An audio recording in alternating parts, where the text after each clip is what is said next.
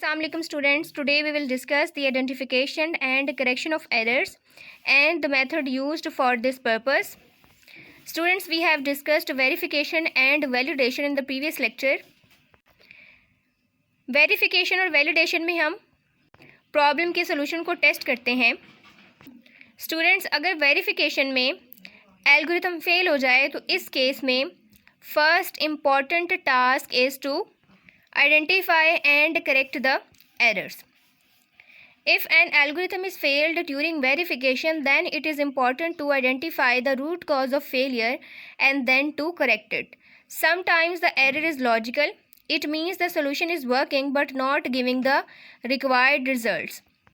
हो सकता है कि एल्गोरिथम में ये एरर लॉजिकल हो. लॉजिकल एरर प्रॉब्लम सॉल्वर की अपनी मिस्टेक की वजह से हो सकती है. फॉर एग्ज़ाम्पल, अगर किसी स्टेप में 2 नंबर्स को ऐड करना था लेकिन एक्सीडेंटली प्रॉब्लम सॉल्वर उन नंबर्स को सब्ट्रैक्ट कर दे तो इस केस में कैलकुलेशंस होंगी, आउटपुट आएगी लेकिन आउटपुट करेक्ट नहीं होगी. यानी हम कह सकते हैं solution is working but not giving required results. क्योंकि अगर रिज़ल्ट 2 नंबर्स को ऐड करने से आना है तो गलती से अगर 2 नंबर्स को सब्ट्रैक्ट कर दिया है तो रिज़ल्ट तो आ रहा है लेकिन रिक्वायर्ड नहीं है, जो रिज़ल्ट चाहिए वो नहीं आ रहा. इसकी हम एक एग्जांपल डिस्कस करते हैं. For example, to recruit students for our school volleyball team we need students having height between 144 centimetre and 164 centimetre. To count qualified students we develop the following algorithm. Students school volleyball team की selection के लिए एक criteria set किया गया है कि students की height 144 और 164 सेंटीमीटर के दरमियान में होनी चाहिए. हाइट की प्रोसेसिंग के लिए टीम की सिलेक्शन के लिए एक एल्गोरिथम लिखा गया है. Step number 1 is start of algorithm. Keyword start use हुआ है. स्टेप नंबर 2 में काउंट 0 पे सेट है. इनिशियली कोई हाइट प्रोसेस नहीं हुई, किसी हाइट पे कंडीशन अप्लाई नहीं हुई और कोई स्टूडेंट सेलेक्ट नहीं हुआ, इसी वजह से काउंट 0 है. जैसे ही स्टूडेंट्स सेलेक्ट होंगे, हाइट प्रोसेस होगी तो काउंट इंक्रीज़ होता जाएगा. स्टेप नंबर 3 में स्टूडेंट्स की हाइट्स हैं और इन तमाम हाइट्स को स्टोर किया गया है with name all Heights. Step number 4 और 5 रिपीट होंगे.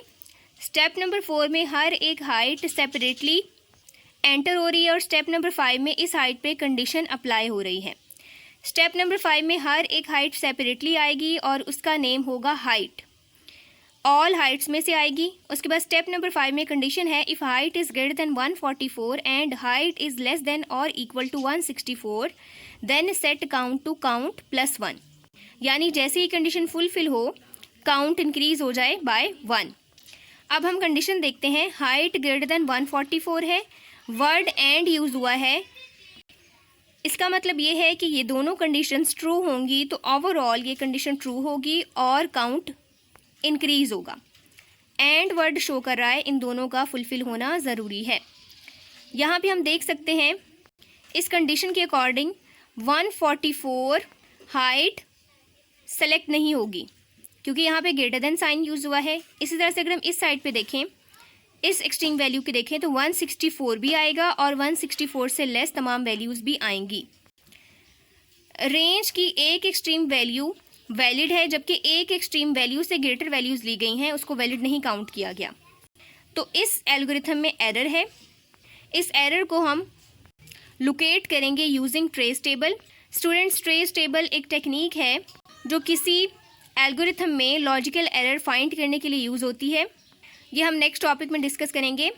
जैसे ही कंडीशन फुलफिल हुई काउंट इंक्रीज़ हुआ बाय 1 और इस तरह से तमाम हाइट्स के लिए स्टेप नंबर 4 और 5 की रेपिटिशन के बाद स्टेप नंबर 6 में at the end count print होगा. यानी उन स्टूडेंट्स का नंबर प्रिंट होगा जो स्टूडेंट्स वॉलीबॉल टीम में सेलेक्ट होंगे या जिनकी हाइट इस रिक्वायरमेंट के अकॉर्डिंग होगी. Step number 7 is the end of algorithm. Keyword stop use हुआ है. स्टूडेंट्स, इस पेज के एंड पे इस एल्गोरिथम की एक्सप्लेनेशन गिवन है. एक्सप्लेनेशन में है कि एक एक्सट्रीम वैल्यू के लिए ग्रेटर देन साइन यूज़ हुआ है, यानी कि 144 सेंटीमीटर हाइट काउंट नहीं होगी. हालांकि ये एक्सट्रीम वैल्यू काउंट होनी चाहिए. जैसे 164 आ रहा है तो इसी तरह से ये भी काउंट होना चाहिए. इसके लिए साइन आना चाहिए था ग्रेटर देन और इक्वल टू. अब हम ट्रेस टेबल डिस्कस करते हैं इस एल्गोरिथम के लिए। स्टूडेंट्स, एल्गोरिथम का ट्रेस टेबल डिस्कस करने से पहले हम ट्रेस टेबल की डेफिनेशन डिस्कस करते हैं। A trace table is a technique used to test algorithms in order to make sure that no logical errors occur while the algorithm is being processed.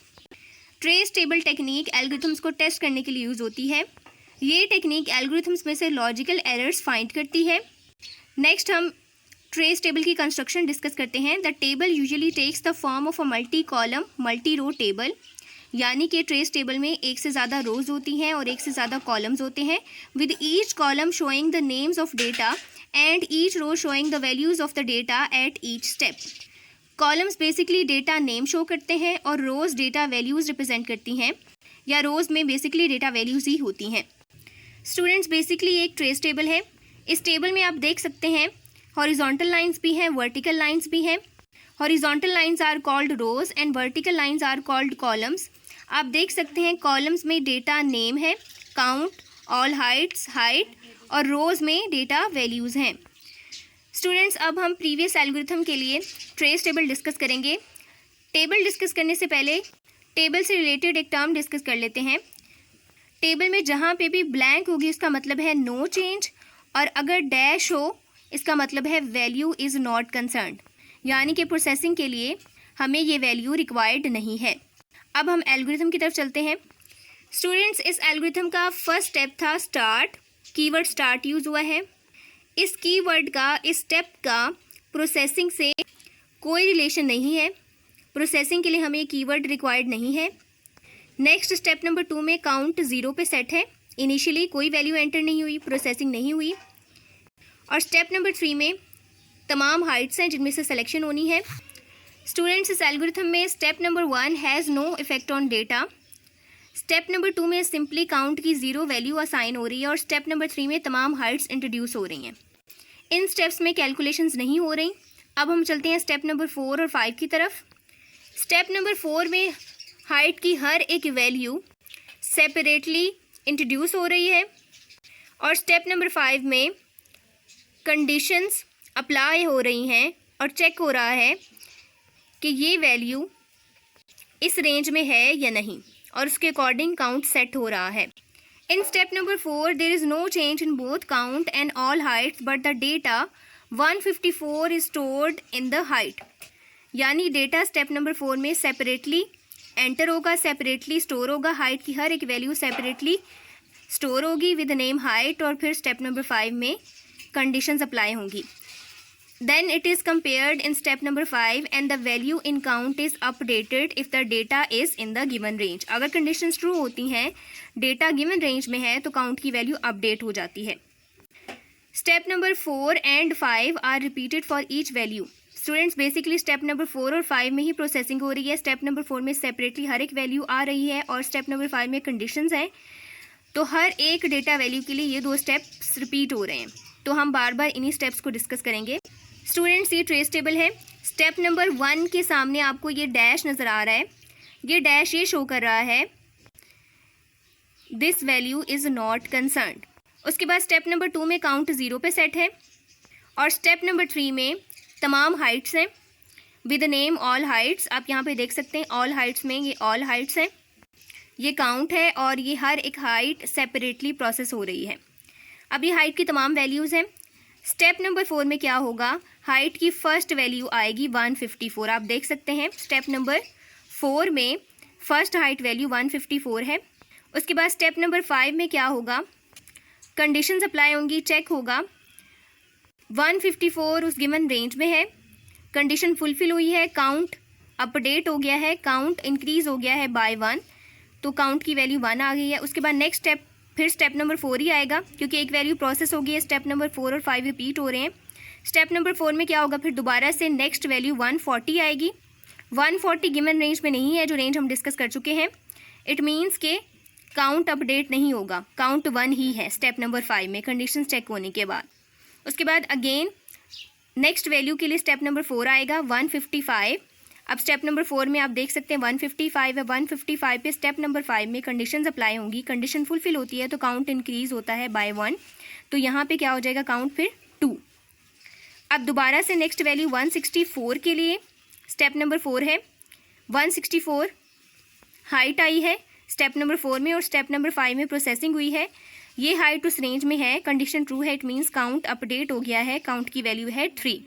Next value है 144 next step number 4 में enter हुई है, और step number 5 में processing के बाद count की value update नहीं हुई क्योंकि कंडीशन फुलफिल नहीं हो रही। 144 के साथ ग्रेटर देन साइन यूज़ हुआ था, यानी कि 144 काउंट नहीं हो रहा था। उसके बाद नेक्स्ट वैल्यू थी हमारे पास 166। स्टेप नंबर 4 में 166 वैल्यू आ रही है और कंडीशन चेक हो रही है। 166 उस रेंज में नहीं है, काउंट की वैल्यू 3 रहेगी। स्टूडेंट्स यहाँ पे बुक में मिस्टेक है, इसकी करेक्शन कर लें। यहाँ पे 3 आएगा, यहाँ पे 4 आएगा और यहाँ पे भी 4 आएगा। काउंट की वैल्यू अपडेट नहीं हुई क्योंकि वैल्यू उस रेंज में नहीं है। उसके बाद नेक्स्ट वैल्यू है 160 उस रेंज में है। स्टेप नंबर 5 में कंडीशन फुलफिल होगी, काउंट अपडेट होगा 4। उसके बाद नेक्स्ट वैल्यू है 143, ये भी उस रेंज में नहीं है, काउंट की वैल्यू अपडेट नहीं होगी, 4 ही आएगी। स्टूडेंट्स यहाँ पे हमें इस वैल्यू से आइडिया हो गया है कि ये वैल्यू काउंट नहीं हुई, यहाँ पे एल्गोरिथम में लॉजिकल एरर है। अगर हम एज अ होल एल्गोरिथम को देखें तो हम इस एरर को आइडेंटिफाई नहीं कर सकते, लेकिन अगर हम ट्रेस टेबल की फॉर्म में हर एक वैल्यू को सेपरेटली प्रोसेस करें तो एरर को लोकेट करना, एरर को करेक्ट करना ईजी हो जाता है। स्टूडेंट्स, ये था हमारा आज का टॉपिक।